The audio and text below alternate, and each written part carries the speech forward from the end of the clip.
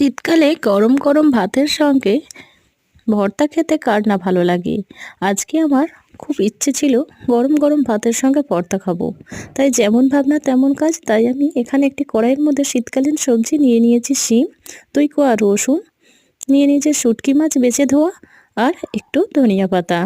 ভালো করে লবণ আর হলুদ দিয়ে ভেজে নেব। সমস্তগুলো সেদ্ধ হয়ে গেলে তুলে নেব। আগে থেকে আমি 2-3টি শুকনো লঙ্কা ভেজে ওর মধ্যে অ্যাড করে দিয়েছি।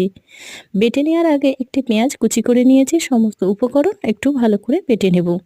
পেঁয়াজগুলো একটু গোটা গোটা রেখে দেবো। পেঁয়াজগুলো গোটা থাকলে মুখে পড়লে দারুণ লাগে। সমস্ত উপকরণ বাটা হয়ে গেলে উপর থেকে দিয়ে দেব সরিষার তেল।